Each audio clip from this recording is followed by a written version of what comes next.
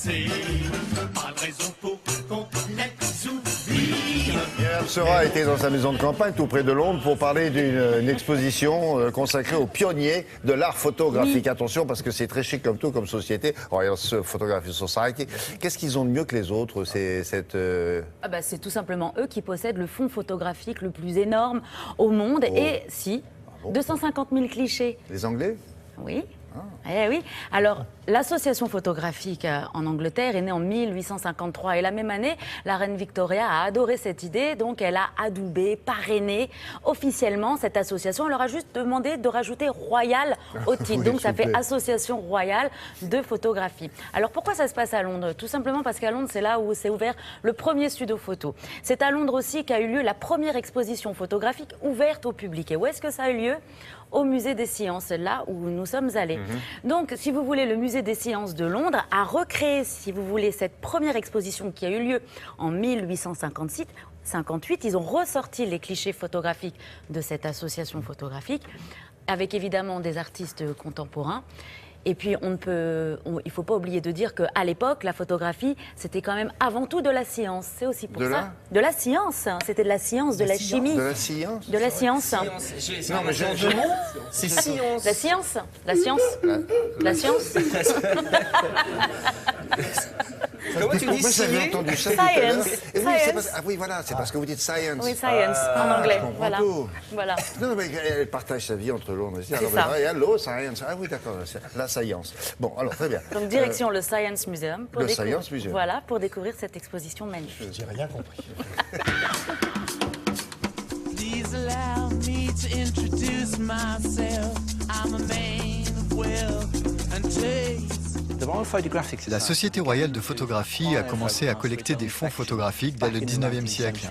Et depuis, elle possède une des plus grandes collections photos au monde, avec près de 250 000 clichés.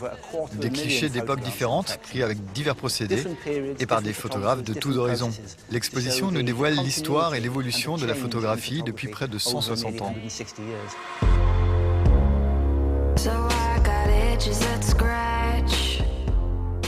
Voici des clichés considérés comme les plus anciens au monde, immortalisés par le français Nicéphore Niepce dans les années 1820, grâce à la technique d'héliographie. Il n'existe qu'une douzaine de ces clichés dans le monde et nous en possédons 3.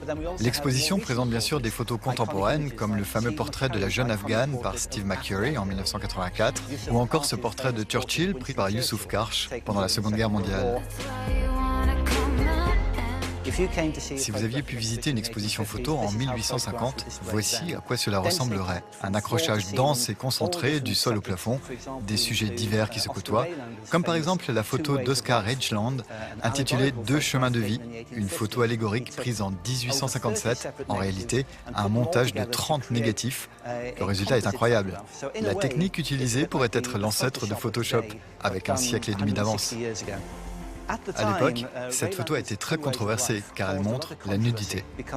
En peinture, le nu était toléré. Mais en photographie, le nu était trop proche de la réalité.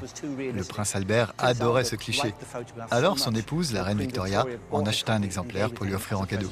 Kiss it better, stop the bleeding, she attacks, he defends, and the other way around, we forgot how to be friends, colors change, winners go and our best chances come and gone, fires died, lightning struck, corners painted, guns were drawn.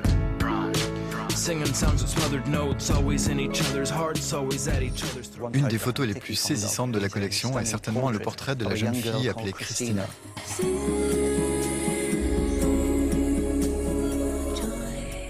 Cette photo couleur a été prise il y a plus d'un siècle, en 1913. À cette époque, on ne prenait pas de photos couleur. L'astuce était le procédé de l'autochrome. C'était la toute première technique pour la photo couleur, inventée par les frères Lumière. Il s'agit ici du premier cliché couleur destiné à la vente. Cette photo est vraiment captivante. La jeune fille y est rayonnante et spontanée. On pourrait croire que ce cliché est récent, alors qu'il date d'il y a plus de 100 ans. Cette photo accapare notre imagination. On se demande qui peut bien se cacher derrière ce visage. Qui était Christina? Cette photo nous montre à quel point la couleur a bouleversé le monde de la photographie.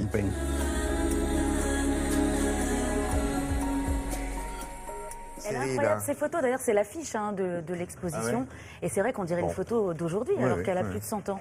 Bon, si vous passez par Londres, vous demandez, si vous prenez le tunnel sous la Manche, vous dites je suis une amie de Myriam, et ça marche tout seul. Vous pouvez y aller à pied d'ailleurs. Oui, à pied. Myriam. Prenez votre sac à dos. Alors.